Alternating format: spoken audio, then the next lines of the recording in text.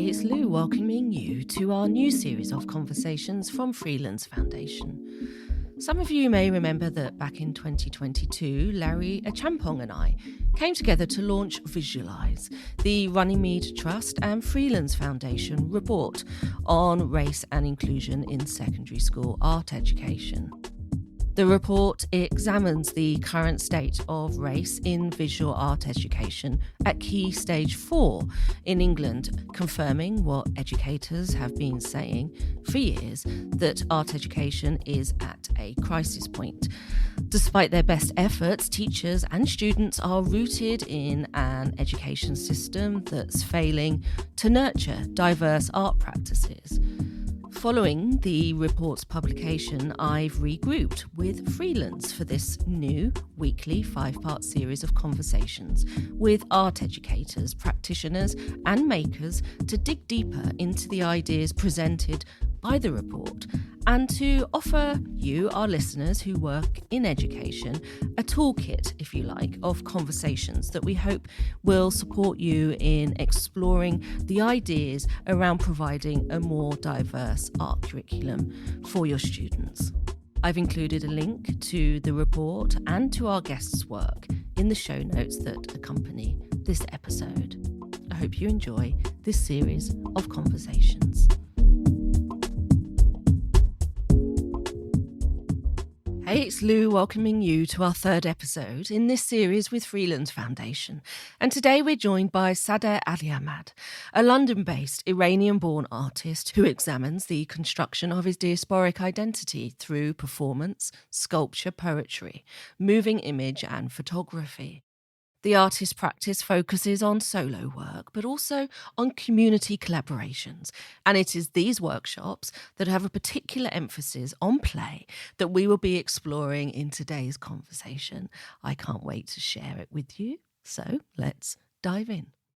Maybe we can start by first hearing about your early encounters with art, or the idea of what art was and how you became aware of the enrichment that added to your life. It's quite interesting, my journey, because I was born in Iran. I grew up in a very sort of religious environment post-Islamic Revolution, but also it was just the aftermath of Iran and Iraq war. So the environment I grew up in was pretty tense and serious. And on top of that, my family had no interest in art. They were working class and everybody was interested in something to do with engineering, science or medicine. So typically I gravitated towards that as well. I guess the only sort of type of art I was exposed to as a child was singing and sort of recitation and poetry, which my grandma used to do a lot. But again, all of those were in the service of religion. So art as this sort of form of self-expression or exploration of ideas wasn't something that was on my radar. I didn't ever perceive it as something fun to do. And in school, I really struggled with art. I was really good at maths, and later I became really into physics. But I genuinely hated art because sort of the curriculum in Iran at the time was very, very limited. And we would copy geometrical patterns, or we would kind of do calligraphy. But a lot of the time you were told what to do, and you had to kind of follow these rules to achieve a result that was very similar to other people's result, instead of sort of focusing on individuality or kind of taking it to a realm that's exciting and uncharted. That wasn't the thing. So when I was 16, I got really into watching movies, and we used to go to the black market and buy them because they were not legal. So all the other sort of contrabands, and then you would have movies as well. And I became really obsessed with these movies because for me it was really fascinating to see every scene packed with details and little things, and how everything kind of relates to each other. And for me, the fascination, I think, lied in the process of watching a film, how to set it up, how to watch it. It was almost like a ritual. And I suppose I really enjoyed kind of dissecting movies and kind of exploring them in fragments, almost like a scientist.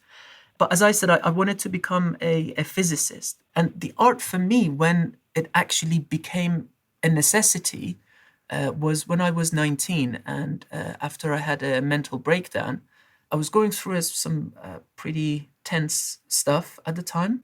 And I remember I started doing photography, and I would just walk around aimless, kind of just random places, and I would just take photographs.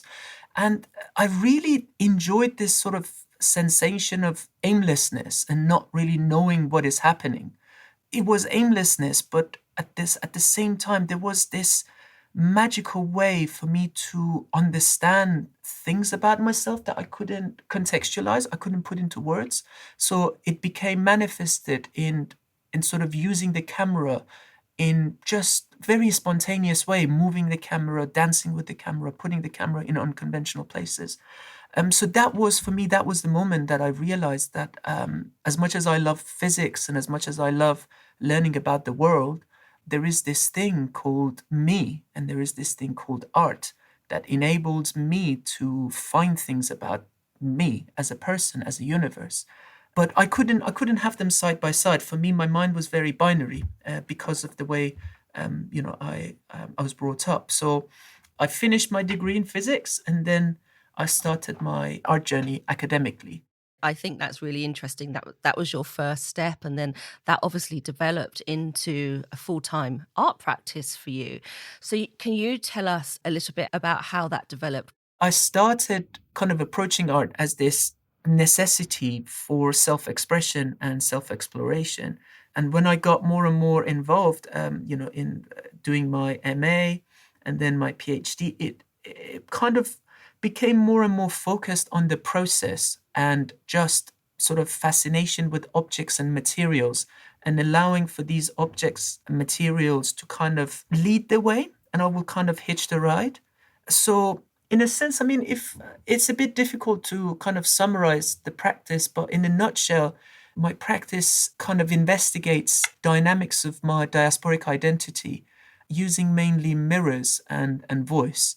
And in doing that, I appropriate various Islamic disciplines that I grew up with, and I dissociate them from their personal, religious, and socio-political connotations, and fuse them with the aesthetics and ethics of Western contemporary art making that I have acquired as a migrant. And I'm very fascinated in that in-betweenness by kind of appropriating these rituals or these doctrines and fusing them with something that is, commonly perceived as the other side of the spectrum or the other binary. I kind of enable myself to roam in this in between space. That for me is where I belong. That's where my identity belongs. I don't see myself necessarily one or the other. I'm very interested in being in that kinetic space. And as part of my practice, it kind of manifests itself in exploring power relation that a person establishes with a location, using my mirror sculptures, and how sort of the spirit of a location or its genius loci corresponds to one's construction of identity. So, in a sense, it is quite performative. I make these mirror sculptures, and you either perform with them or I perform with them. And it's to do with the location and how it displaces the location, how it creates something unfamiliar from something that is familiar in front of us, and how that can correspond to one's understanding or construction of identity. So that's sort of the meat of my practice, but also an integral part of it is fusing various discourses driven from my background in physics with visual art. So I'm very interested in thermodynamics, optics, and acoustics. So I'd love to hear more about that, how you use these structures and these ideas surrounding identity in this workshop context, and how that element of play comes in as well. So I guess what I'm very interested in the educational setting, I mean, there's few actually. One is, first of all, is approaching art and kind of presenting art as a holistic discourse, as something that does not necessarily sit within the spectrum of fine art, but it kind of exists within the realm of existence. By which I mean it can have traces in physics, it can have traces in mathematics, it can have traces in chemistry. And by allowing that, you kind of opening up the space and platform for people to become interested in art through their lens, rather than saying that, well, if you're artistic, if you can draw good, then you will enjoy this. If you can't draw, then you can't enjoy it. So for me, it's quite important to approach art in this regard. The other element of that is to promote art as this alternative and subjective method of gaining knowledge and problem solving. And by doing that, that's where the element of play comes in, because play is this process that enables us to kind of get out of the daily rhythm that we have established, and approach things in a very laid back approach, in a laid back nature. And in the context of these educational settings or workshops, uh, with education, there is the element of seriousness. Children, they want affirmation, they want recognition, they want numbers. They want to say that they did good or they did bad. But when you're playful, and most of the time I ask children, depending on their age, so guys, boys and girls, everybody, what is the most important thing when you play a game? Why do you play a game? And they say to have fun. And say, well, this is exactly what we're trying to do today. We're trying to have fun. And as part of having fun, you shouldn't care. You shouldn't care about what other people think. You shouldn't care about what's going to happen. All you know is going to happen is that you're going to have some fun with these objects, make something, and problem solve. But obviously, problem solving, I don't necessarily emphasize it, because of the age. But what is really important for them is that there is this general question that they can kind of take on board and manipulate it or approach it in their own way. So to give you an example with the mirrors, we start by saying, okay, well, I have 20 mirrors and I want everybody to draw their self-portrait on a mirror. And children find it quite difficult to look at themselves and draw themselves at the same time on one medium. So that's one element of getting out of the comfort zone. And as they draw, you kind of ask them to, okay, now I want you to draw yourself with a serious face or with an angry face, and kind of different role plays. And then I ask them to, can you now take a selfie with this? So an element of agency here, when their paintings or their drawings immediately become important because they are taking a selfie with it. And then after that, I'll turn the lights off and I say, well, now we're going to use flashlights, shine light on this mirror, and have a piece of paper across the room. And as the light bounces the mirror, it reflects the environment, but it also casts the shadow of your drawings on the paper. And so immediately we're kind of playing in the realm of 2D and 3D, with the realm of performance now, because everything is so temporary and so spontaneous. Slight movement in your hand is going to change where the reflection is going to end up. And then I'm going to ask them, now, can you try to draw this with another person? So one person holds the mirror, one person holds the flashlight, and the other person is drawing. So there is an element of collaboration here. There's an element of delegating roles. And within this collaboration, people negotiate power, but in a very playful state, in a state that nothing's really important, but they get to have a say. They get to do something in the presence of their friends, and they need to help each other. Because what I'm trying to kind of show them is that life is going to throw these questions at you, and life can be difficult, but you're not alone. We have this sort of conventional idea of artist as a person in solitude, as this sort of genius in his own little world. But I think we need to open that up. And when people look at these sort of applications or experience these applications and functions of art making and what comes out of it, they realize how important, especially for parents, they realize how important it is for the children to make art in this setup, that there is no sense of good or bad, right or wrong. It's just about you doing it. It's just about how you're getting on with it, how you negotiate with the person next to you. How do you translate something in the realm of 3D to a realm of 2D? How does your movement affect other people's decisions? and that sort of interconnectedness. And for me, that's one of the interesting things about working in a community. And I refer to a classroom as a community because it is a community that people spend more than half of their day in it. I'm interested to hear about some of the real experiences that you've had working in this way with your younger students. Have there been any memorable outcomes, or has there been a key response that you've learned from? Lou, if you don't mind me, I would love to tell you a little bit about my understanding of play. The reason I'm saying this is because we were talking about art as a means of self expression, which it is a means of self expression, but it goes beyond that. And I think art and play are intrinsically connected to each other. And for me, it would be, I think, quite useful to bring that up, and then I can talk about the collective sort of identity as well as the sort of these encounters that I've had. So, for me, what is really becoming more and more evident is the significance of play and being playful as a radical way of being that kind of sits in opposition to the rhythm of life that we're conditioned to perform in or to experience the world.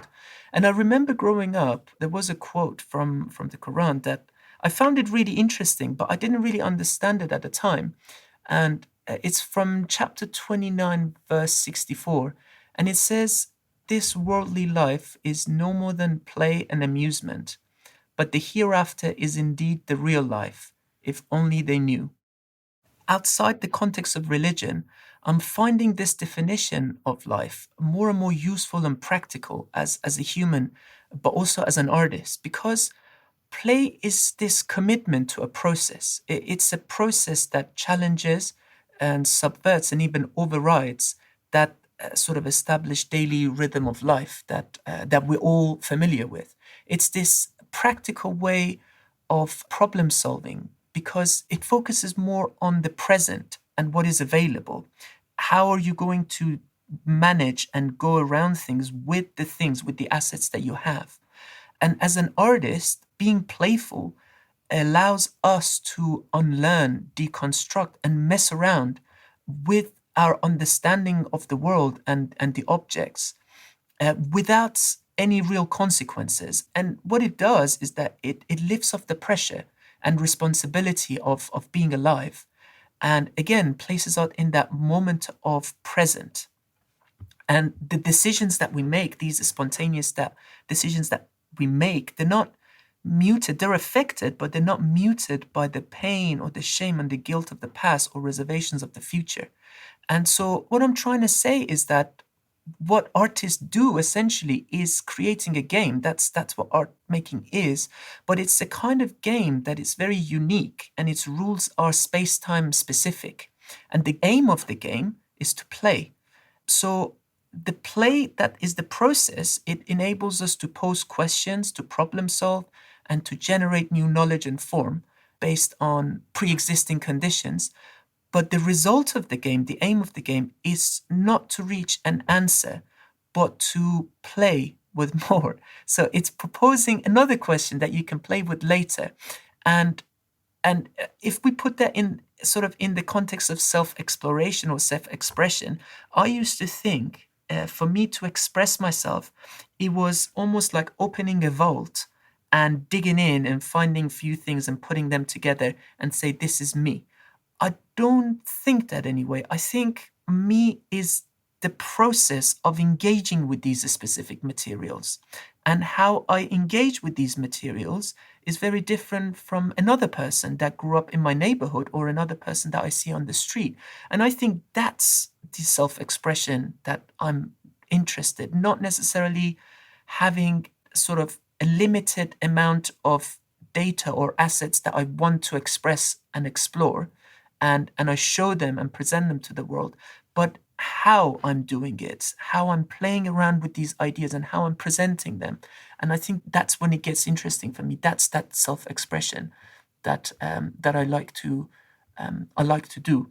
So in a way, that sort of play or that game or that self-exploration or expression is not a means to an end. It is its own means to an end. It kind of operates in its own basis. And When this happens in the context of workshops, first of all, that needs to happen when, well, this can only happen when there is a sense the judgment is out the window, when the environment that the participants are in or the students are in is devoid of any sense of judgment, and they feel very welcome, they feel wanted, and they know that nothing matters. Like there is this an hour, 30 minutes here that I'm going to do stuff, and it's okay. Everything's okay. Nothing's going to change the world. I'm not going to project necessarily anything if I don't want to. I have the power to do it. And this allows people to explore some serious discourses from their own unique sort of perspective. So one of the things that I mentioned earlier, and I think is really important, is collaboration. I grew up understanding that, if I want to be an artist, I need to be in my isolation, I need to suffer, I need to be this, I need to be that. But it's not the case. We can work together, we can play together, we can learn from each other. And how we negotiate power amongst ourselves in a playful setting will form how I operate on a day to day basis in a world. Also, problem solving, that notion of having a question in front of me and finding a way to do it based on the things that are available to me to reach a conclusion. I think that's so important. And that's one of the common denominators between art and other sciences. The question, or the sort of the difference here, is that in art, there is no right and wrong. In science, you will get it right or you will get it wrong. But art allows me, or allows the participant, to playfully problem solve without any repercussions, without any problems, without any issues that can happen. And and a lot of the times with the new mediums and new approaches, it encouraged them to come out of their shell. It encourages people to come out of their comfort zone. But again, in a very playful setting, in a setting that nothing matters. If they get it right, if they get it wrong, nothing's going to change anything. And all of this, all of these sort of negotiations of power, all of these interconnect communications and connections, that generates a form of identity for the participants that is not singular or fixed. It's a dynamic discourse. It's a conversation with the participants, and also could be with the space. And that is something bigger than oneself and their sense of ego. And that's when the individual feels that they're part of something bigger than themselves. And I have few examples of this, which for me was pretty mind blowing. I facilitated a series of workshops in Cinderford in a local high school. It was in partnership with Create Gloucestershire, and it was with high school children. And there was massive segregation between English kids, Romani kids, and other minorities there. And the workshop that I facilitated was experimental drawing workshop. So we would start by making a tool, an apparatus, and putting pens and markers on different points of contact, and then we would do performative drawing using different parts of our bodies. So inherently, children needed to collaborate together and work together to create a tool, to perform together, and to draw together. And what was so beautiful for me was that they worked so harmoniously together that I honestly didn't witness any sort of clash between different ethnicities. And it was beautiful. I mean, this was the school that they told me before I came in that, please make sure whatever you do, that there are some activities that people from different ethnicities can stay sort of within their group. And I kind of took it a bit off script, but it was honestly, it was a testimony to witness that when you put people in a very playful setting and you tell them that, look, it's your call, you have the power, you and your group are going to work together and do something together, and it doesn't matter what it is. It doesn't matter if it's worse or better than the person next to you, because they're making something completely different. They begin to gain ownership, they begin to gain agency, and they start negotiating together. And the result of that is this beautiful, harmonious interaction. And another example of this was I was doing a series of socially engaged projects in Blackpool in partnership with Left Coast. And we were doing this workshop in a very sort of rough neighborhood, and the participants were disenfranchised, both English as well as other minorities. And I was told on the day that there is a huge language barrier and cultural barrier between different communities. So they're not going to work together. And I said, that's fine. We'll just go ahead with it. And we did a similar project. We kind of asked people to draw using sort of found objects and putting them together. And what I witnessed was it was this incredible energy between the participants. And I remember one lady came to me, she was English, and she said, just wanted to say how much I enjoyed this workshop. My neighbors and I don't get along very well. They are Romani, we're English, and there is cultural differences as well as language, so we don't talk. And this workshop, I was able to work with my neighbor and without using the language. And we made this drawing tool together to draw. How amazing is this? If we do it in this sort of laid back environment, in this playful environment, art becomes this incredible platform where people can communicate outside those limitations that culture, ethnicity, language can bring. To wrap up, like, this feels very expansive and encouraging, and I'm excited for the educators to hear your approach to work. And but I'm thinking about how many children's lives or the community work you do, how they've been enriched by your workshops. But how has working in this way, in this community context, enriched your own practice? I have this feeling that I want to make art as accessible as possible to everyone. And that comes from my childhood, that comes from my lack of understanding of art as this essential means of playing and exploration and an expression that I didn't have in my childhood. And I grew up in that super serious environment. So that's one thing that I'm very committed to have teaching and sort of facilitation in parallel to my own practice. Then there is within my art practice as well. And as I said, I'm very interested in negotiating power relations and how one person negotiates with other people and with a site and how that affects the construction of identity. So that is something that I'm interested in within my practice. And usually these sort of socially engaged projects become a collaboration between me and participants. And so, for example, I did a series of workshops with the residents of Old Kent Road. And we walked around the council estate with my mirror sculptures, and people explored and performed and had fun, walked around. And I took photographs of the interaction, and the photographs became the performance, became the documentation of the event. So I'm kind of, in my own work, I perform, but in these settings, I like other people to play with my tools, with my apparatus, and I document their engagement, and that becomes a work of art in itself. So that's another element that it has on my practice.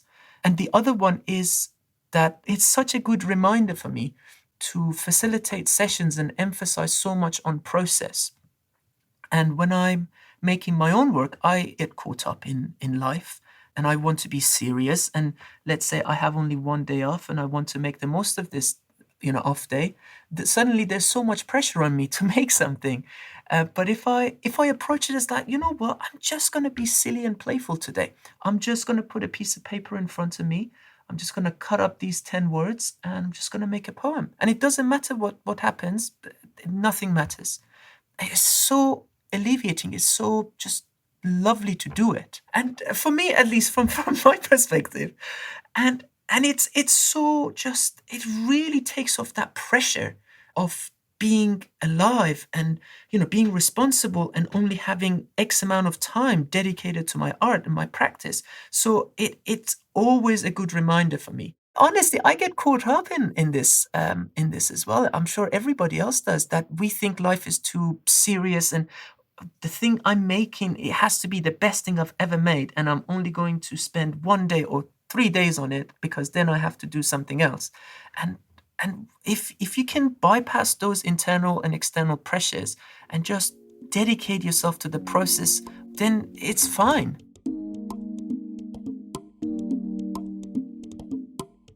Hey Hey, it's Lou, just popping back to say thank you for listening to this conversation made in collaboration with Freelands Foundation.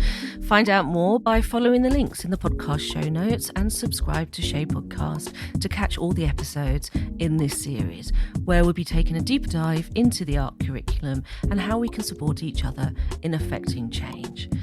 This series was produced and hosted by me, Lou Mensah. It was mixed by Tess Davidson, and the original music was composed for Shade Podcast by Brian Jackson. I'll see you next time.